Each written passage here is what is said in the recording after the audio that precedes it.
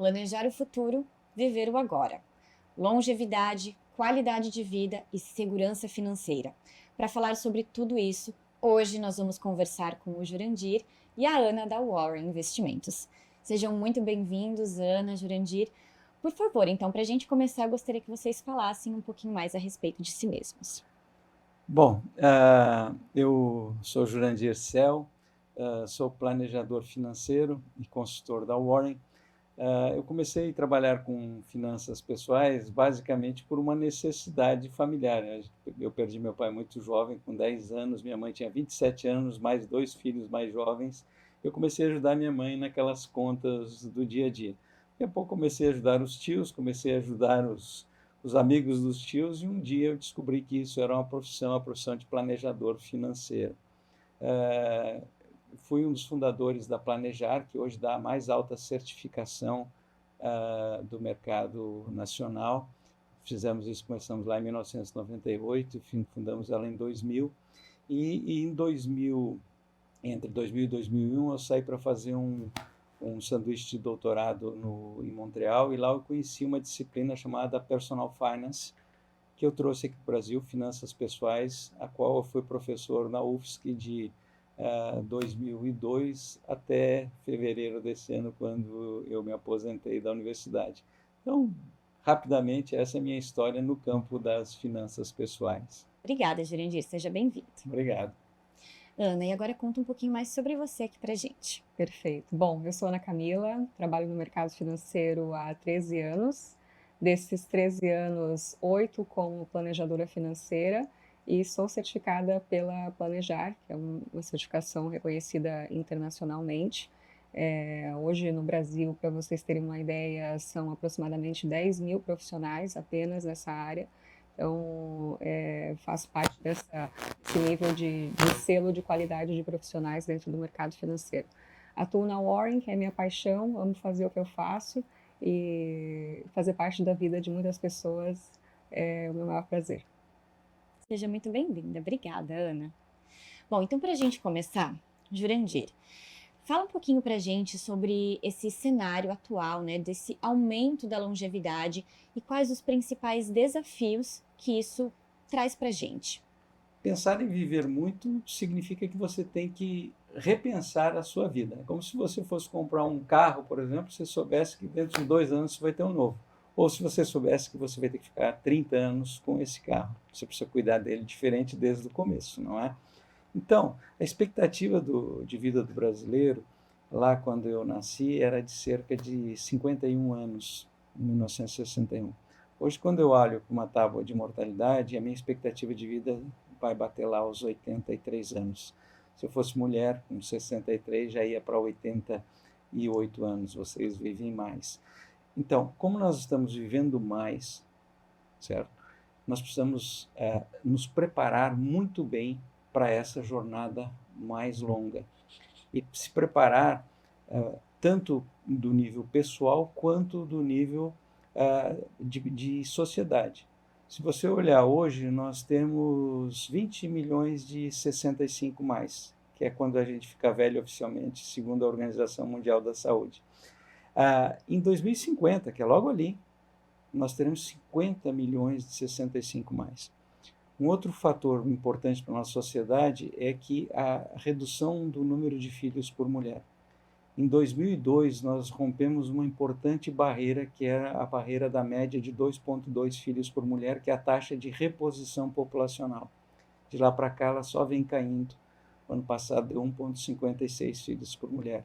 Então, o que vai acontecer é que a sociedade, que a população brasileira vai começar a diminuir logo ali na frente. Então, teremos uma sociedade com muito mais velhos e menos pessoas trabalhando e menos crianças. Essa é a grande mudança. Para nós, em termos pessoais, nós precisamos cuidar para chegar bem na chamada velhice, terceira idade. Cuidar da nossa saúde desde jovem. Você não vai ficar bem se você nunca cuidou do teu corpo. Você precisa cuidar muito bem das suas relações, certo? Das suas relações, das suas famílias, dos seus amigos. Nós precisamos cuidar muito bem do nosso capital intelectual. Se você olhar, quando eu me formei, e olhar o mundo hoje, o mundo é completamente diferente. Imagina um mundo sem celular, sem internet, com câmera, com filme. Isso mudou tudo. Eu posso dizer, mudou muito nos últimos 44 anos, mas se a gente olhar os próximos 20, vai mudar ainda mais com a inteligência artificial. Então, preciso estar cuidando para me adaptar às mudanças tecnológicas e às mudanças sociais, muito importante. E também nós precisamos cuidar muito bem das nossas finanças. Veja, se eu tenho esse aumento brutal de pessoas mais velhas, é óbvio que a previdência pública não vai dar conta de manter um bom padrão de vida. Então, eu preciso cuidar das minhas finanças desde muito jovem, para que quando eu chegue na terceira idade eu possa ter uma longevidade com qualidade de vida. Porque viver muito é muito bom se você tiver saúde, se você tiver amigos, se você tiver capacidade de interagir com a sociedade e se você tiver um pouco de dinheiro. Se você não tem, pode ser um pesadelo. E nesse caso, pensando no teu conhecimento todo, né, essa imensidão de atuação nessa área financeira tão importante, conta pra gente qual é o ouro, o que as pessoas precisam saber, pensando especificamente no planejamento financeiro. A primeira coisa que nós temos que tirar é aquela antiga ideia que veio lá dos primórdios da educação. Porque eu gostaria de voltar um pouquinho. Se a gente olhar, por que o brasileiro tem tão pouca educação financeira? Porque nós vivemos cerca de 35, 40 anos sobre a altíssima inflação, em que a gente não tinha capacidade de planejar. Nós não tínhamos instrumentos para planejamento. Desde o do Plano Real, a gente incorporou isso.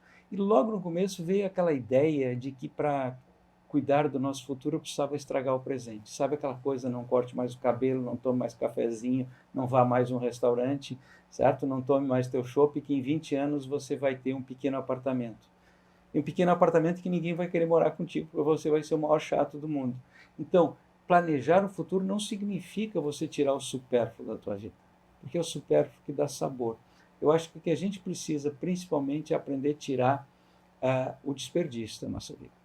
E nós temos muitos desperdícios. E o que é desperdício? De repente eu comprei uma roupa, aquilo pode não ser um desperdício, eu vou usar ela várias vezes. Agora, se eu nem usei, é um desperdício. Comida, por exemplo, o brasileiro desperdiça muito, energia, água. A gente é uma sociedade que tem muito desperdício. Agora, eu acho que também o mais importante é a gente cuidar de um desperdício que é muito mais danoso, que é buscar consumir para ter status social, certo? Quando a gente consegue se libertar desta ideia de um consumo para obter status social, eu acho que a gente consegue, com esta economia, cuidar do nosso futuro. Porque eu não sei se eu vou viver muito, né? Você não sabe se vai viver muito, mas tem a chance. Então, o que é? Eu costumo dizer que só existem 2 erros financeiros possíveis na vida: poupar muito e morrer cedo, ou poupar pouco e demorar para morrer, né? Então, essa ideia de eu dizer, eu vou viver muito mal até os 40 para depois eu viver muito bem, talvez você não chegue aos 40. Então, eu acho que essa busca desse equilíbrio é absolutamente fundamental. Muito interessante, Jurandir. Bom, e falando ainda sobre isso, então, como manter a qualidade de vida, tanto no presente quanto no futuro? O que as pessoas precisam saber, Ana? Bom, muito se fala hoje sobre o equilíbrio. O equilíbrio entre a vida pessoal, o equilíbrio com o tempo com a família, com os amigos, com o trabalho. Mas a grande verdade é que as pessoas, elas passam um tempo da vida focando a energia em algum nicho específico da vida. Por mais que os objetivos das pessoas sejam totalmente diferentes, o ciclo de vida ele é muito parecido para as pessoas. Então, é natural que no início da vida você faça escolhas que vão priorizar a tua família, depois vão priorizar os teus amigos, depois o teu trabalho. E o engraçado é que, à medida que as pessoas vão envelhecendo, esse ciclo se retorna. Você volta a priorizar a sua família, passar tempo com a sua família, e digo até que passar tempo sozinho, né, com nós mesmos. Então, eu acredito muito que o equilíbrio é você quem dita de acordo com a fase de vida que você tá passando, né? Agora, um equilíbrio que a gente tem que falar e tem que regular, que é um pouco do que o Jurandir falou, é a questão do excesso, a busca pelo excesso da dopamina. Tudo que é excesso traz uma falta, né? E esse excesso de consumo, por exemplo, vai trazer uma falta para o teu futuro. A sociedade hoje ela está sendo explorada diariamente pelo apelo do consumo, porque o consumo faz a gente ter essa liberação da dopamina, que é um neurotransmissor do prazer. Então, o ato de você comprar um carro, por exemplo, vai liberar diretamente dopamina no seu cérebro. Só que o problema é que essa sensação dela dura pouco, ela não dura muito tempo. Aí o que vai acontecer? Você vai querer trocar de carro. Ou você comprou um apartamento no litoral e já não está mais satisfeito, você quer trocar por um apartamento maior. Então as coisas vão acontecendo. E eu digo até que os gastos pequenos, eles são as pequenas pílulas de desastre financeiro. E esses gastos maiores são como uma bomba para o teu planejamento financeiro. Então eu acredito muito que a gente precisa ter uma análise mais crítica nas nossas decisões diariamente, para que não aconteça daqui 10, 20, 30 anos o arrependimento por ter buscado esse prazer incansável. Então, um olhar atento a isso, porque é um padrão de comportamento que vem se apresentando na nossa sociedade, esse padrão consumista. Então, a gente manter o olhar atento a isso é uma boa forma de reduzir esses arrependimentos futuros. Com certeza. Eu acho que quando a gente fala em equilíbrio, a gente precisa definir o que é equilíbrio. Existe o equilíbrio estático e o equilíbrio dinâmico. O equilíbrio estático é uma pedra que está parada em cima. Todos nós vamos alcançar o equilíbrio estático o dia que a gente morrer. O outro equilíbrio é o equilíbrio dinâmico, é um equilíbrio que está em constante desequilíbrio. Nós não conseguimos ter esse equilíbrio perfeito. É natural que eventualmente você escorregue, etc. Eu saí do equilíbrio. O equilíbrio dinâmico é esse em movimento, né? Eu acho que vocês tocaram num ponto muito importante, que é o consumismo. Consumir é muito bom. A nossa sociedade é a sociedade de consumo. Quando eu consumo, eu melhoro a minha vida. O grande problema é o consumismo, que é o vício no consumo. Eu tenho um psiquiatra que eu gosto muito, Erci Soar, um grande amigo, que ele diz que o consumidor é aquele que consome e a fome some. E o consumista é aquele que consome, consome, consome e a fome nunca some. Então, a gente tem que evitar, sim, o consumismo. Se você é uma pessoa consumista, como você falou muito bem, eu vou lá, ganho um pouquinho de dopamina, o meu pacotinho de dopamina, que eu posso ganhar por várias coisas, entre elas, né, o consumo, e aí eu vou constantemente repetindo e, de repente, não faz mais sentido. E aí, sim, eu me tornei um adicto do consumo. E esse assunto todo é engraçado, que ele é direcionado para vários aspectos da vida e não só para a vida financeira, porque se a gente for parar para pensar, essa liberação de dopamina tão frequente, ela está nos nossos celulares, pelas redes sociais, esse acesso constante e frequente que a gente tem. Então, esse olhar atento para essa busca incessante por um prazer momentâneo, ela precisa estar frequentemente ativa dentro da gente para que a gente não se perca dentro desse mundo tão propenso para isso, né? Você falou muito bem, tem várias profissões, mas acho que a que mais se parece com a de planejador financeiro são os nutricionistas, não é? É muito parecido, porque finanças, se eu consumo mais do que eu ganho, eu vou ficar endividado. E nutrição, se eu consumo mais do que eu gasto, eu vou ficar obeso, não é? Então, é muito difícil você pensar passado e futuro. Então, quando a gente olha, é muito próximo, quando você fala em dopamina, por exemplo, hoje essa coisa terrível das bets que estão por aí prejudicando a vida das pessoas. Por quê? Porque ela está viciada nessa pequena dose de dopamina. Então, planejamento financeiro é uma coisa simples, é você entender que talvez você vá viver muito. Talvez você vai viver muito. Então, você tem que se preparar para viver muito. Você tem o teu salário e quando você é jovem, você é muito rico em capital humano. Vocês duas são muito ricas em capital humano. Vocês têm muito tempo pela frente, muita capacidade de trabalho. Eu já não. Eu tenho pouco tempo pela frente, não é? O capital humano ele vai se esvaindo ao longo do tempo. Qual é o grande segredo? É você pegar uma parte do teu capital humano, vocês que são jovens, e transformar em capital financeiro. Porque algum dia você vai viver com o teu capital financeiro. Porque ou você ou o teu capital vão ter que trabalhar enquanto você viver. Então, o grande segredo é você ter esta capacidade certo? De reservar uma parte do teu capital humano em capital financeiro, porque o capital humano ele se esvai, você pode ficar parado o dia inteiro olhando para cima que você está indo embora teu capital humano. Então esse é o segredo, você transformar isso para que um dia o teu capital financeiro te sustente. Jurandir, fala um pouquinho pra gente sobre a tua história, a tua trajetória e quais são os pontos-chave para a gente alcançar a autonomia e a liberdade financeira.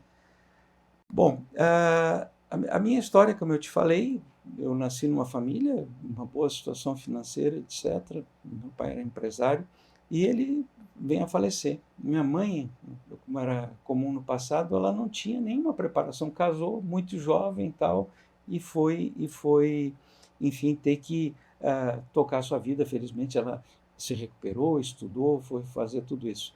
Então, a minha trajetória ela é cheia de idas e vindas. Eu comecei a vida como auxiliar de corretor, fui office boy, fui almoxarife, depois fui analista financeiro, depois montei uma indústria, que era o grande sonho da minha vida, depois eu descobri que aquilo era um pesadelo, acabei vendendo essa indústria.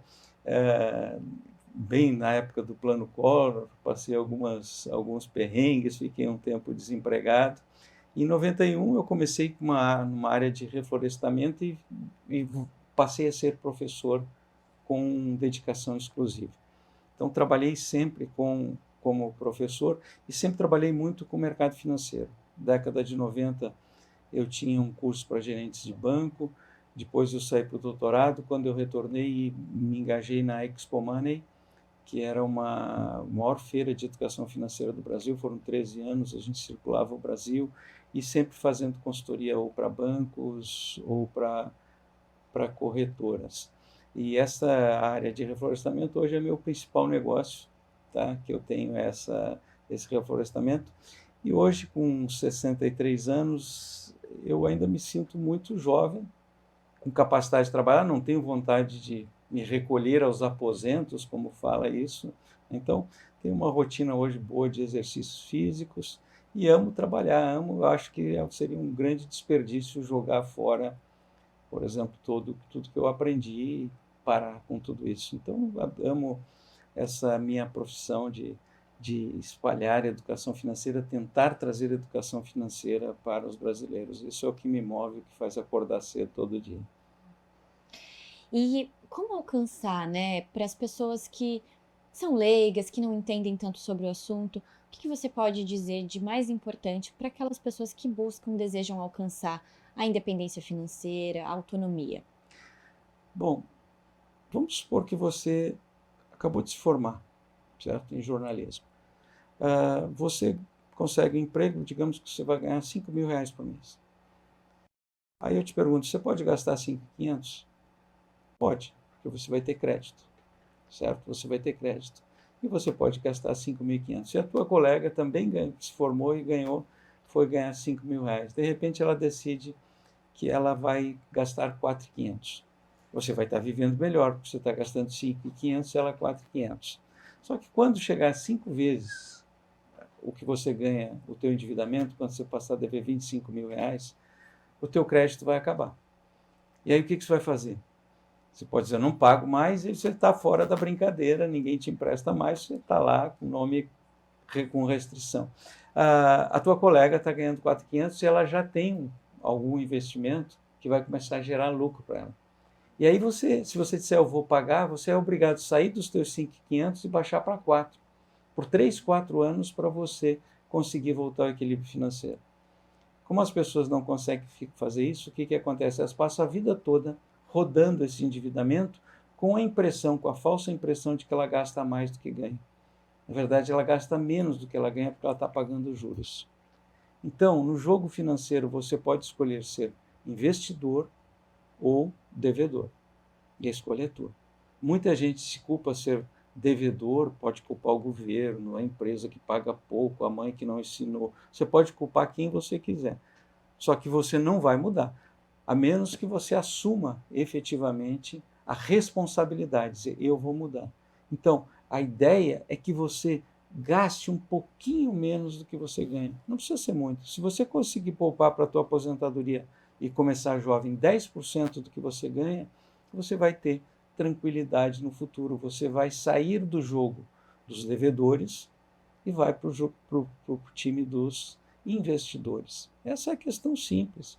E as pessoas pensam que vai ser muito diferente a vida dessa pessoa que gasta 4.500 ou da que gasta 5.500. Não vai, é questão de detalhes. Então, você entender que o dinheiro é uma energia muito importante na tua vida.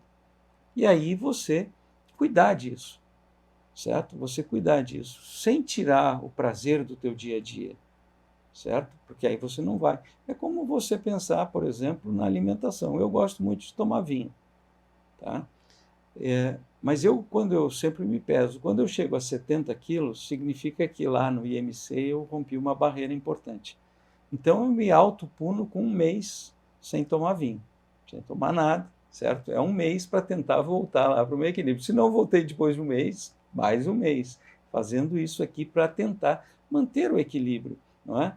Então, não é você deixar de comer tudo. Então, se eu consigo ter uma alimentação cuidadosa. A mesma coisa com as nossas finanças, você olhar para isso como uma energia dentro da tua vida. Jurandir, fala pra gente o que você acha sobre a renda passiva. Essa é uma coisa maluca que tem aí. Renda passiva é ótima, só que como eu postei no meu Instagram esses dias, renda passiva é para sua avó, certo? Renda passiva é para mim, não é renda passiva para você. O que é renda passiva? Renda passiva é quando você tem o teu patrimônio podendo te sustentar. Então, o Luiz Barsi, que eu admiro bastante, ele fala muito em renda passiva. É estranho porque ele nunca gostou de gastar, né? Então, renda passiva, muitos jovens dizem, eu quero ter renda passiva. Pô, mas com 30 anos, renda passiva você tem, se você ganha lá uma ação que paga dividendos, aqui em Jaraguá, a VEG, você comprou VEG, que paga bastante dividendo, o que você tem que fazer com esse dividendo? Reinvestir. Então, renda passiva é quando o teu patrimônio pode te sustentar, certo? Então, renda passiva é maravilhoso. Se você tiver um grande patrimônio, maravilhoso. Agora, enquanto você ainda não é rico, certo? Renda passiva não faz sentido para ti. E aí vem um gancho importante. O que é ser rico? Qual é a primeira coisa que eu preciso para me tornar rico? É definir claramente quanto que eu preciso para ser rico. A hora que eu definir, eu preciso disso aqui para viver. Eu preciso ter uma renda de 10 mil por mês, eu vou me sentir rico. Aí você pode dizer, você pode chegar lá para a Ana, olha, Ana, eu preciso ganhar 10 mil por mês. Quanto que eu preciso investir aqui todos os meses para chegar a ter esse meu 10 mil? Agora, você disser, quanto que você vai ficar rico? Eu não sei. Você nunca vai ficar rico. Por mais que você tenha dinheiro, você jamais vai ficar rico. Então, você definir isso é extremamente importante. Entenda que você vai escolher sobre as tuas decisões. Eu vou jogar no campo dos devedores, ou eu vou jogar no campo dos credores. Ana, e você, como planejadora financeira, conta pra gente um pouquinho justamente sobre isso que o Jurandir acabou de falar. Como que é esse teu papel para justamente ajudar as pessoas a identificarem aquilo que é importante para elas, né? De que forma elas querem estar na vida hoje e no futuro? E quais são as formas que você então ajuda essas pessoas a traçarem um plano, um objetivo para que isso aconteça ao longo do tempo? Perfeito. Bom, o que o Jurandir comentou sobre o que é ser rico, né, faz total sentido. E eu digo que você tem que buscar o suficiente. E o suficiente não é nem muito e nem pouco. É o suficiente, o quanto você precisa para viver. Só que esse suficiente ele pode mudar também ao longo do tempo. É necessário um acompanhamento constante sobre isso. E o que eu vejo uma maior dificuldade das pessoas conseguirem projetar aonde elas estarão daqui 20 anos, daqui 30 anos. Não é uma tarefa fácil você realmente projetar isso. E eu vou dizer, provavelmente você vai projetar que você vai estar num lugar daqui 20 anos e não necessariamente vai ser naquele lugar que você vai estar. Porque as coisas mudam, as pessoas mudam, você vai mudar, as suas prioridades vão mudar. Só que o que você precisa ter claro é o objetivo financeiro, que é o suficiente. O quanto é o suficiente para mim? Esse valor vai ser suficiente por quanto tempo? Eu vou viver muito? Que bom, tomara que eu viva muito mesmo, mas esse recurso ele vai durar para a minha existência.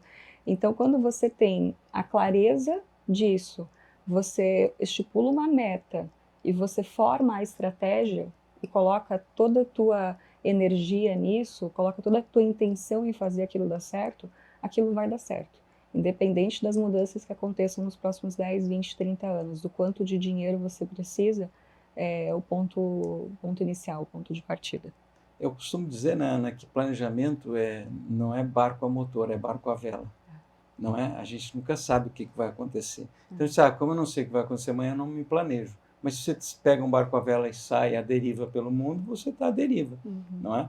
Então, você pode se preparar. Onde que eu quero chegar? Será que eu vou chegar lá? Será que eu quero mudar de porto no caminho? Mas se você não tem um objetivo, nenhum vento vai te ajudar.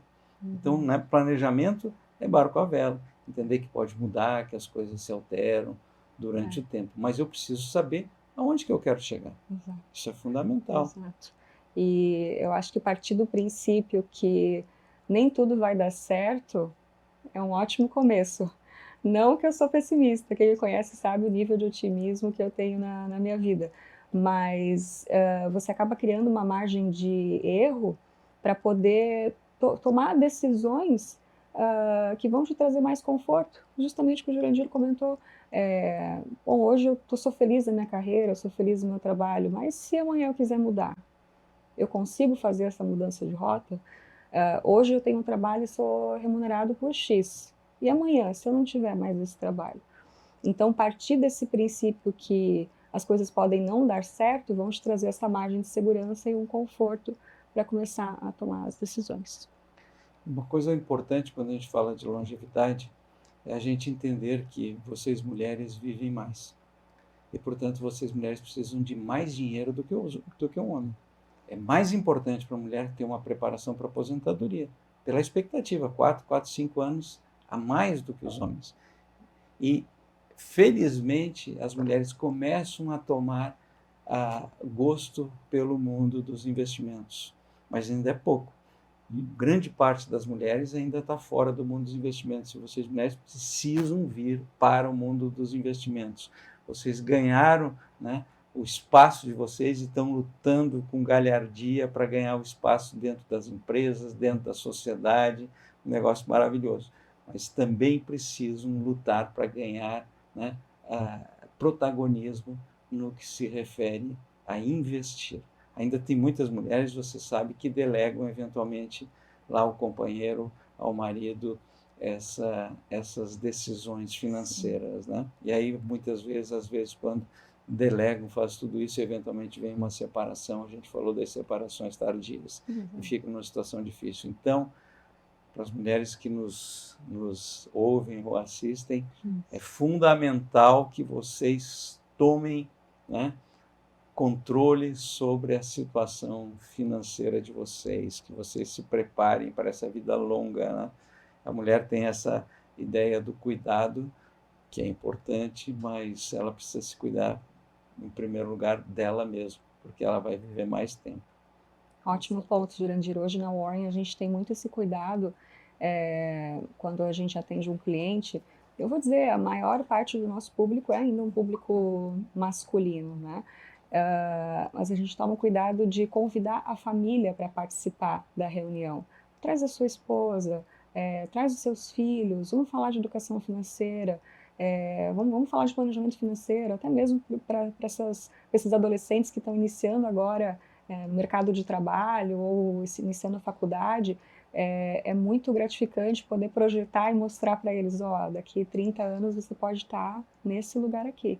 E aí, engraçado, esses dias a gente atendeu uma família que ela está cursando medicina, a filha deles, e ela, nossa, já estou pensando aqui, quando eu me formar, eu vou trabalhar 3 dias por semana num consultório, os outros 3 dias eu faço offline, no offline eu vou ganhar tanto de consulta, daí essa parte que eu já posso investir. A gente já está conseguindo criar uma forma de pensar diferente do que até a forma como eu fui criada, falando de planejamento financeiro. Então, o nosso papel é muito isso, trazer o papo para a família, para deixar todo mundo ciente da importância que é falar sobre dinheiro. Muita gente fala, às vezes, na minha disciplina de finanças pessoais, devia ter isso na escola. Eu costumo dizer, onde que é o melhor lugar para você ganhar a educação financeira? É dentro de casa.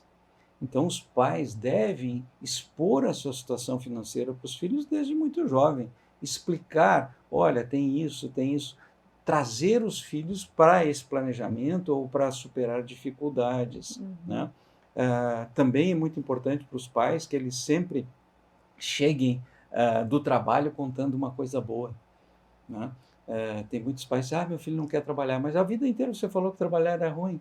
Então, por mais difícil que seja teu dia, né? Por mais você como repórter pegou todos os perrengues do dia, se tiver filho, chega em casa, pô, como foi legal isso aqui, como isso aqui foi bacana, né? Para que um dia o filho queira trabalhar. Então, trazer a família toda, o dinheiro, entrar na mesa de jantar.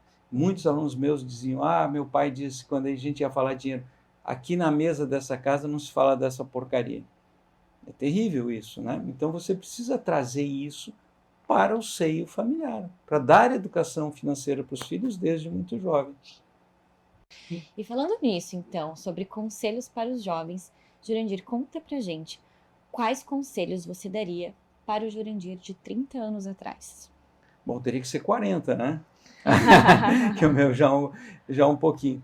Bom, eu daria um conselho que eu segui, né? A primeira coisa que eu falaria para um jovem é case com separação total de bens. Isso é uma das coisas mais importantes, uma das decisões mais importantes que você pode tomar. Falando nisso, existe um podcast meu, A Visão do Jurandir, tem lá 2 episódios falando da importância de casar com separação total de bens. Se eu fosse dar um conselho para o Jurandir, muito jovem, eu dizer assim, não seja tão apressado, vá com mais calma, porque eu acabei abrindo mão de muitas coisas que eu não precisaria ter aberto lá no futuro. Eu era um poupador em excesso, certo? Eu era um poupador em excesso. Daria também para o Jurandir investidor, que começou a investir lá em 83 em ações, compre boas empresas e não queira ser trader, né? Eu aprendi isso a duras penas. Então, esses seriam os conselhos que eu daria para mim. Um que eu segui e o outro que eu não segui. Então, também a gente vê de novo aqui surgindo essa necessidade de equilíbrio, né? De poupar o suficiente, pensando em longevidade, pensando em cuidar do futuro, mas também aproveitar o agora. Sim, aproveitar o agora, né? Porque a vida nunca vai ser tão boa quanto quando você tem 20 anos.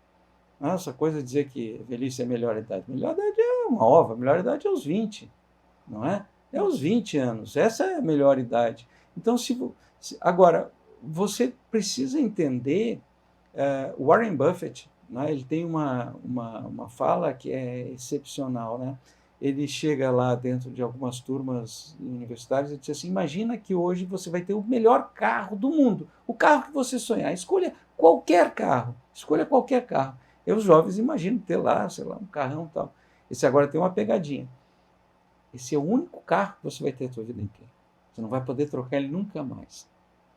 Veja, você vai ter que começar a repensar uma série de coisas. Como é que eu vou usar esse carro? Né? A nossa saúde, a saúde do jovem, é uma máquina maravilhosa, melhor do que qualquer carro. E é a única que você vai ter, você não vai ter. Então, cuidar muito bem da saúde. O jovem precisa aprender a cuidar da saúde.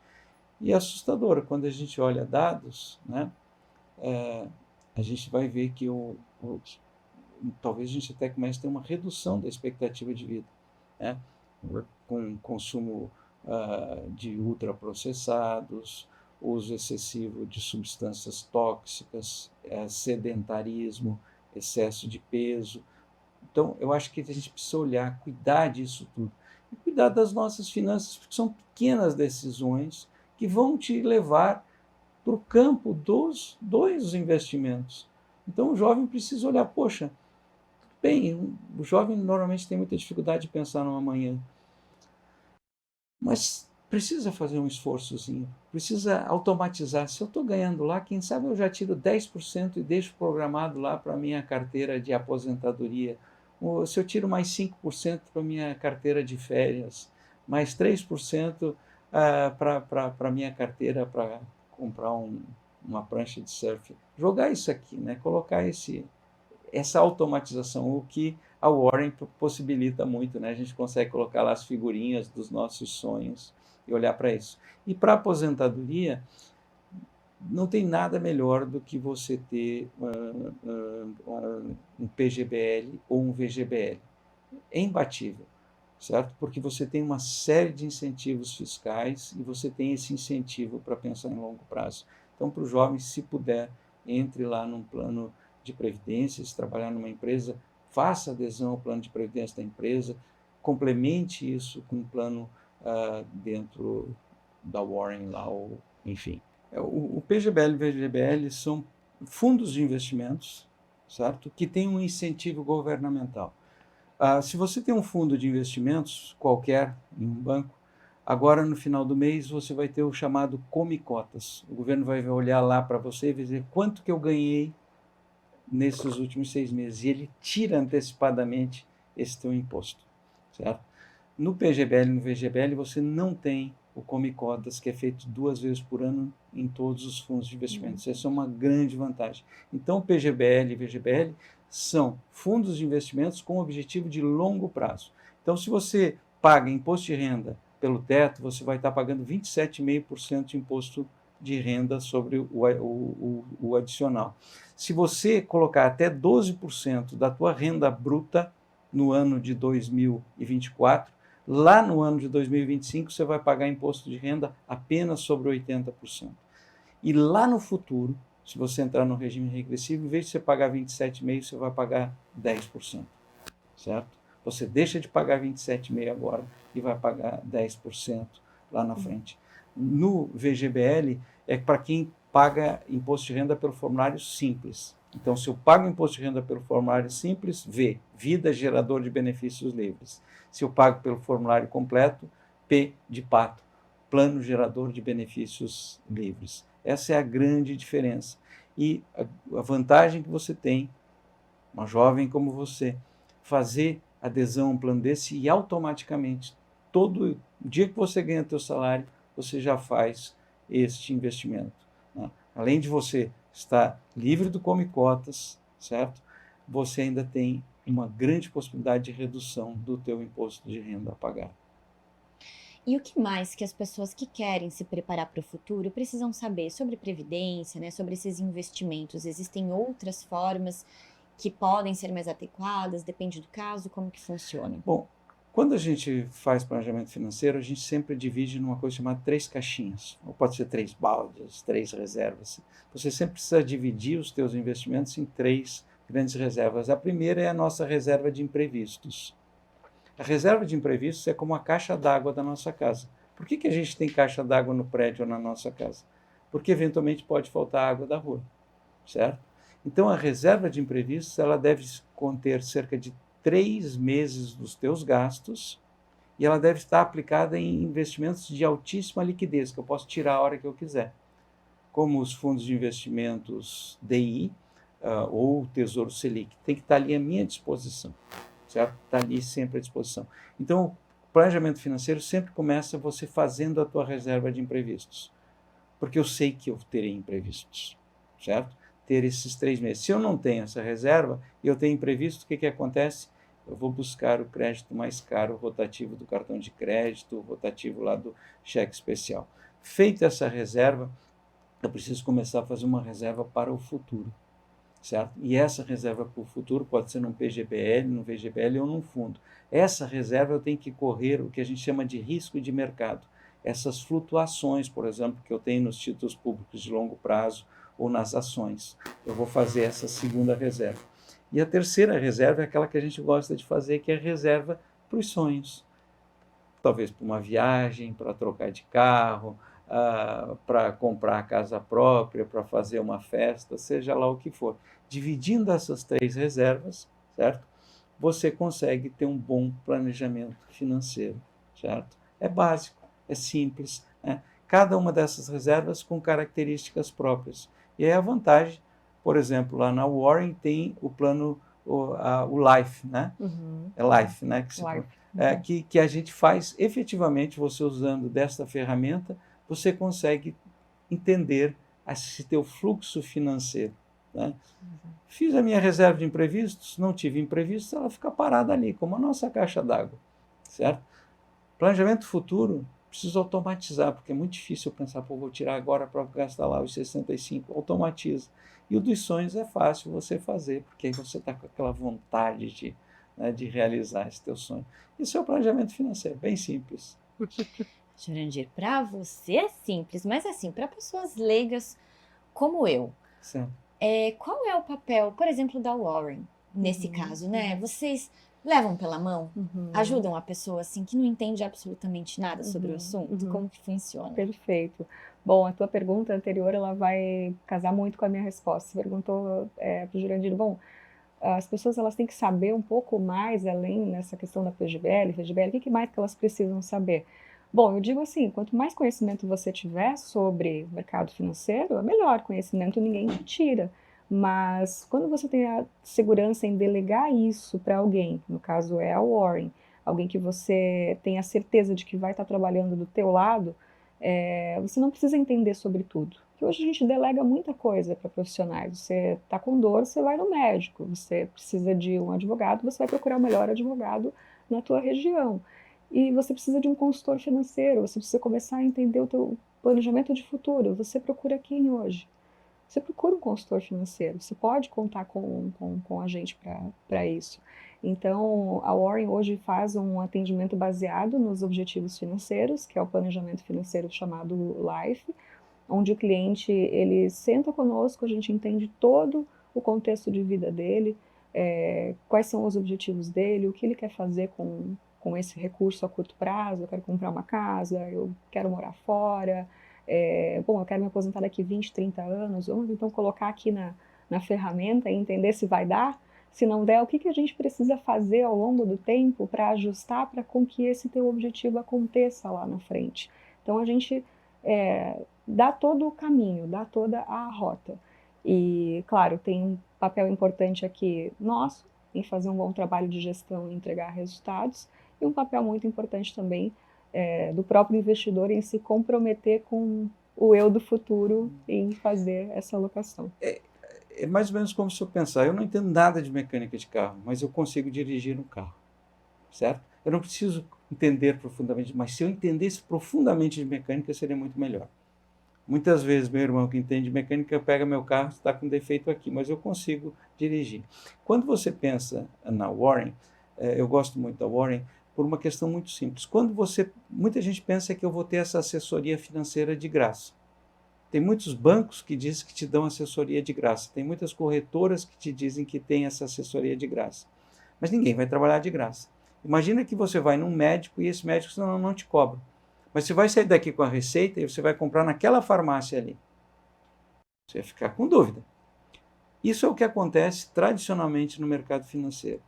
No mercado financeiro existem duas formas de cobrança da remuneração dos assessores de investimentos. O chamado commission-based, baseado em comissões, que é o que a maior parte das empresas financeiras usam. Então, você vai num banco, ele vai te oferecer lá um COI, Certificado de Operação Estruturada, que vai dar uma grande comissão para o assessor.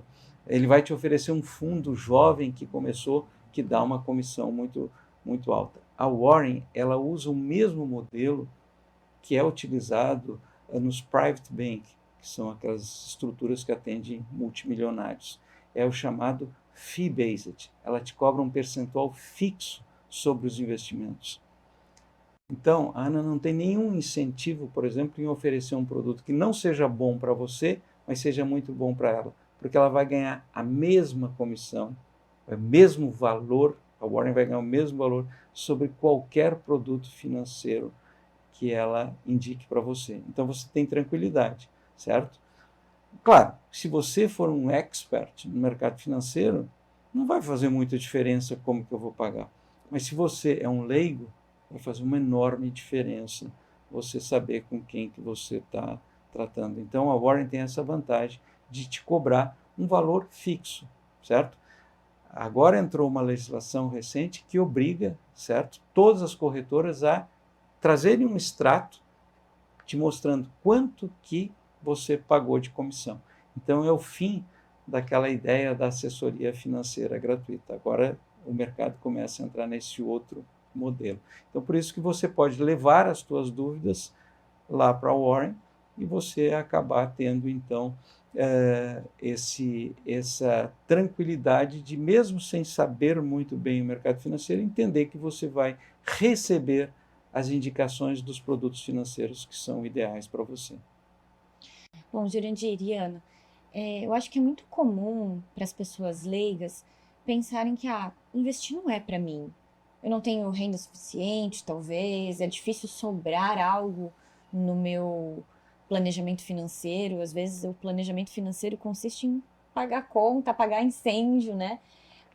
A Warren, esses serviços, investir também é para essas pessoas? Perfeito, ótimo. Sim, também a gente consegue dar acesso a investidores que estão no início do planejamento financeiro. O planejamento financeiro hoje ele tem algumas fases, né, que é a fase de acumulação de patrimônio, a fase de rentabilização desse patrimônio e a fase da sucessão. Então, a gente, como planejador financeiro, consegue acompanhar esse cliente em todos os ciclos de vida. E uma coisa muito importante, no momento em que você recebe a tua remuneração mensal, pense em se pagar primeiro.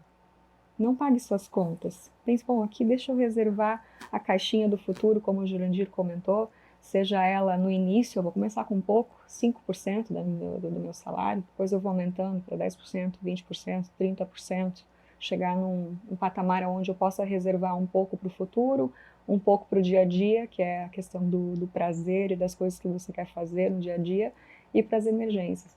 Então, comece com pouco, independente do quanto.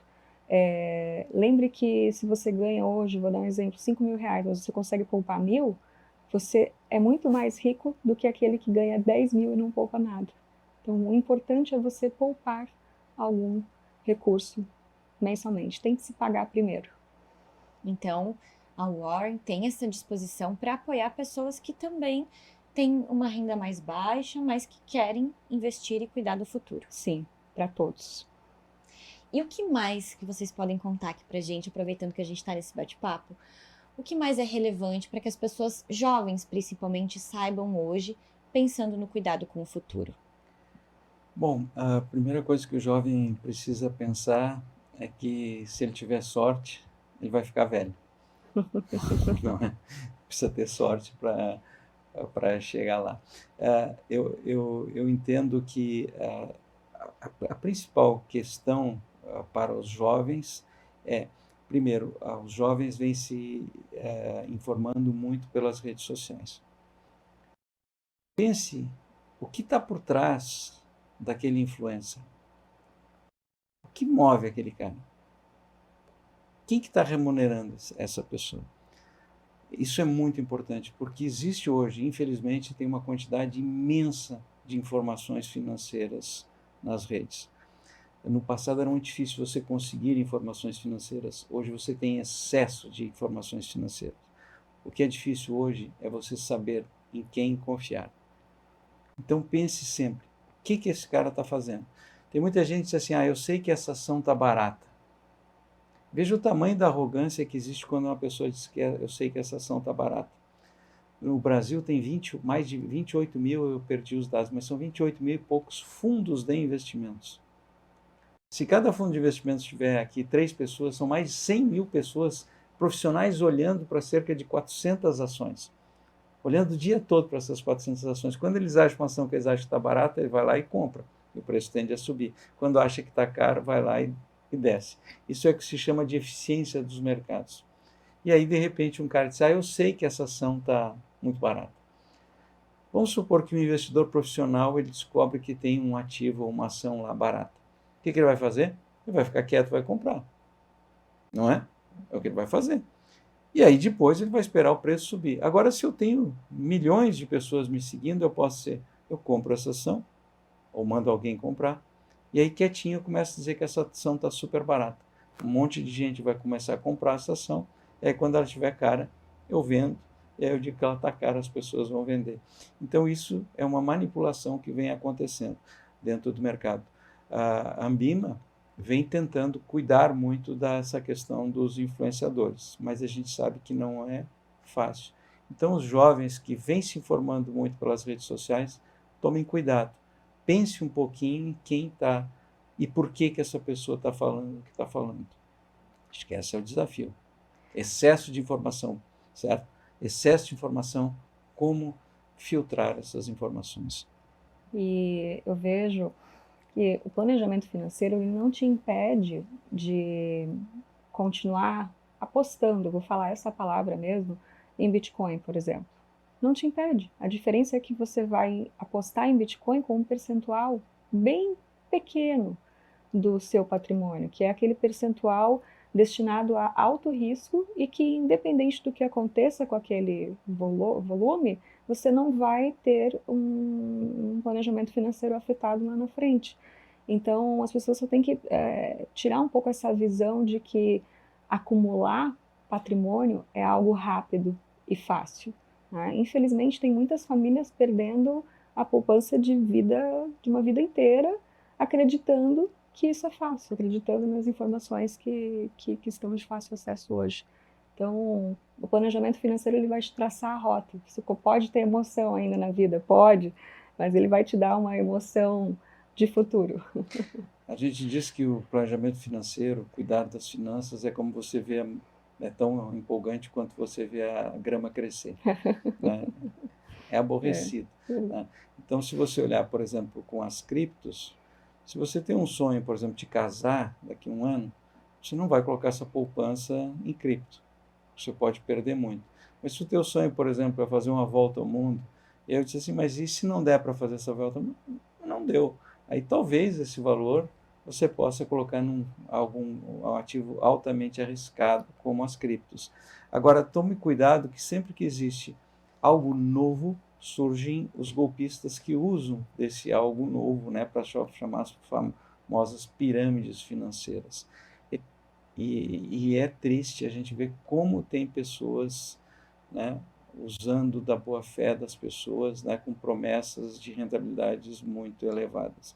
Então, sempre que alguém te prometeu uma rentabilidade aí, real acima de 5% ao ano, põe o pé atrás. Você diz, pô, mas tem títulos que pagam 12%, mas eu estou falando de 5% depois de descontar a inflação, imposto de renda e custos. Olhe para isso. Sempre que alguém te prometer rentabilidade futura, entenda que isso é desonesto. Sempre olhe se essa pessoa que está falando para ti tem certificações, como CFP, CNPI, se essa instituição está registrado nos órgãos competentes, como a Comissão de Valores Mobiliários. Olhar para isso. E entender que se alguém está te prometendo lá 5% ao mês e vem de repente para o interior oferecer para as pessoas lá 5% ao mês, é o que lá da Bocaina do Sul, o cara chega, aqui o cara está aqui me oferecendo esse investimento aqui que dá 5% ao mês. Eu digo que se ele tivesse esse investimento, ele estaria vendendo lá na Faria Lima, não aqui, né? Então, entender isso, entender que existem muitas pessoas desonestas no mercado financeiro. O mercado financeiro é uma selva, certo? E sempre tem um leão querendo grudar na tua jugular. Então, escolha com quem que você vai trabalhar, entenda que não existe milagre, não existe rentabilidade acima da média dentro do mercado financeiro. Jurandir, além dessas dicas que você deu agora, o que mais você pode dizer para as pessoas que nos acompanham sobre sinais de alerta de um possível golpe, de quando algo ali não é tão real assim? Primeiro, é fácil demais, certo? Vou ganhar dinheiro. Então, se alguém te prometeu rentabilidades elevadas, certo? Se você olhar, gente, do mercado financeiro, hoje os títulos públicos, se você sem inflação, 13% ao ano. Se você considerar com inflação, 6% ao ano. Se alguém te prometeu mais do que isso, já é um tremendo sinal de alerta. Se ele te prometeu 1% ao mês, certo? Real, ou 2%, tome cuidado. Se o cara te ofereceu 5%, com certeza é golpe. Entenda isso, né? Outra coisa é o contágio social. Mas o fulano fez aquilo. Tome cuidado com isso, né? Trabalhe com instituições sérias. Trabalhe com instituições sérias, né? É como, por exemplo, você pensar num regime. Eu vou dizer assim, você vai emagrecer 10 quilos em 30 dias. Cara, isso não é sério. Não pode dar certo, isso não pode dar certo. Você vai dizer, olha, se você quer emagrecer, é um processo longo, você vai ter que fazer exercício, você vai ter que comer menos, tudo isso, né? Se você quer enriquecer, é um processo longo, demorado, certo? E isso é o que as instituições sérias vão te falar, né? E muito importante também a gente diversificar os nossos investimentos. E uma coisa importante para os jovens, certo? Que é a questão do investimento em imóveis. As pessoas da minha geração que investiram em imóveis ganharam muito dinheiro. E por quê? Porque quando eu nasci, 65% das pessoas viviam no campo, certo? E mais da metade eram crianças. O número de adultos vivendo em cidades brasileiras durante a minha vida, ele cresceu 820%. Então, os imóveis urbanos valorizaram muito. E muitos pais dizem para os filhos que investir em imóvel é o melhor negócio. É natural, certo? Por quê? Porque eles ganharam dinheiro com isso. Agora, o que vai acontecer a partir de agora? Já vai começar a população brasileira a diminuir. As projeções indicam que até 2100 nós vamos perder o equivalente à população do estado de São Paulo da população brasileira. Se nós estamos hoje com 212 ou 210, porque o IBGE não deu um número exato, nós vamos chegar lá na virada do século com 160 milhões de habitantes. Então, as cidades brasileiras não vão crescer como cresceram no passado. Outra questão é a questão que imóvel tem depreciação. Muita gente não enxerga isso, né? Imóvel tem depreciação. Então, para os jovens, eventualmente, não é vantagem aquela coisa, só casar quando tiver o imóvel próprio. A gente diz que para os jovens, talvez até os 30 anos, é melhor que ele more em um apartamento alugado, para você ter mais flexibilidade. De repente você recebe uma proposta para trabalhar em outro lugar, de repente você está em São Paulo, você compra um determinado bairro, de repente você vai para outro, a tua vida vira um inferno. Então, esperar um pouco para comprar o imóvel, né? Cuidar um pouquinho disso, esperar um pouquinho, ter um pouquinho de calma, entender que imóvel nem sempre é o melhor negócio. Jurandirana, eu já ouvi muito falar sobre essa conta que se faz, o que que vale mais a pena? Agora que o Jurandir mencionou essa questão de imóvel próprio, né? Como saber se vale mais a pena pagar aluguel ou tentar fazer um investimento e comprar um imóvel próprio? Bom, é difícil isso, a gente não sabe, certo? O que eu te digo é que você pode ganhar em flexibilidade, esperar um pouquinho ter imóvel. E se você pensar só do aspecto de vida financeira, só sobre o aspecto financeiro, ou sob o ponto de vista financeiro, não é correto, porque o imóvel para muita gente é o locus da vida, o locus da família, não é? É uma segurança muito grande. Então, se você tem esse desejo, esse forte desejo de ter o seu próprio imóvel, tenha. Só tenha um pouco de calma, não é? Tome cuidado para você não comprar um imóvel muito grande. O cara vai construir sua casa, constrói uma casa enorme. Aliás, eu acho que esse é um dos maiores erros financeiros que eu fiz na vida, né? Fiz uma casa muito grande, certo? E hoje estou lá, só eu e a Celina morando sozinhos naquela casa. Quando eu tentei vender, descobri que a casa não valia nada, o que vale é só o terreno, né? Então, cuidado para não fazer esse imóvel muito grande. Se você tem o desejo de ter a casa própria, tenha. Mesmo que ele não seja do ponto de vista financeiro o melhor negócio. Tenha a casa própria. Mas tenha um pouco de calma, certo? Porque quando você é jovem, você precisa ter flexibilidade. Compre um imóvel, não muito grande, não muito caro, para que você não assuma uma dívida muito longa que vai comprometer o teu futuro. Então, sempre é importante ter esse olhar individualizado, né? Entender quais são as necessidades, as demandas de cada pessoa. Perfeito. E eu gosto bastante da reflexão de você pensar o seguinte: por que você quer o que você quer? Por que você quer comprar uma casa? Por que você quer trocar de carro? Por que você quer trocar de celular? Por que você quer viajar? Traga um pouco essas reflexões diárias e isso vai te trazer, desculpa, isso vai te trazer um senso crítico maior para tomada de decisão com mais clareza. E um pouco do que o Jurandir comentou, assim, você vai ter mais calma, mais serenidade para tomar essas decisões. Acho que é isso que você comentou, é bem importante, porque para atender uma mesma necessidade podem existir diversas estratégias diferentes.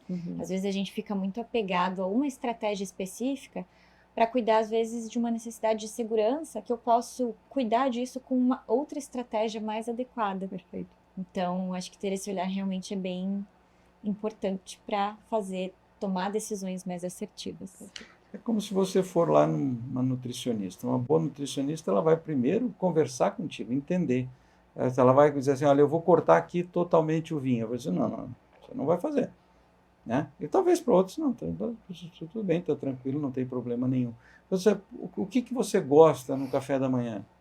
Não é pegar uma coisa pronta e dizer, é isso aqui que é para todo mundo. Você vai dizer, olha, não, o café da manhã para mim é a refeição mais importante, certo? Isso aqui é mais... Então, isso aqui eu não vou negociar contigo. Então, você vai ter que cortar em outro lugar. Mesma coisa com planejamento financeiro, não é igual para todo mundo, certo? Não é igual, cada um vai ter as suas necessidades, as suas vontades, os seus sonhos, certo? Não, tem alguém que diz, não, tudo bem, cortar a viagem não tem problema nenhum para mim. Outros, cortou minha viagem, você estragou minha vida. Então, você olhar para cada um, olhar com detalhe. Planejamento financeiro, se fosse fácil, todo mundo igual, se eu quero fazer um planejamento financeiro com você, o que eu preciso? Te conhecer a fundo, escutar quais são os teus valores, quais são as tuas aspirações, quem é você, o que você quer ser no futuro. É isso. O planejador financeiro ele vai te continuar dizendo, olha, eu estou aqui em Jaraguá e daqui 1 ano eu quero estar no Rio de Janeiro, certo? Então, como é que eu vou até lá? Eu vou a pé, eu vou de bicicleta, eu vou pegar um ônibus, eu vou de carro, né? Eu vou de helicóptero. Como é que eu vou fazer isso aqui? Eu quero ir de avião, mas aí você vai ter que ir até Joinville, né? Você negociar isso aqui. E aí você vai traçar esse plano para você sair de onde você está hoje e onde você quer estar lá no futuro.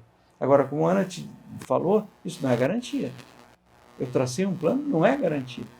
Talvez até nem seja garantia que você queira estar lá no outro lugar no futuro. Às vezes muda, não é? Então, às vezes a gente muda. E o planejamento é você pensar o que eu quero, quais são as minhas aspirações, né? E aí você testa, eventualmente você muda. O que é importante é a gente entender que o dinheiro, quer queira, quer não, ele está na nossa vida. Se você disser, eu não vou pensar em dinheiro, certo? O dinheiro vai forçar que você pense nele. Jurandir, obrigada por todas as informações, por conversar aqui com a gente, Ana também, muito rico todo esse bate-papo. Eu desejo tudo de melhor para vocês e que a gente tenha em breve uma próxima conversa.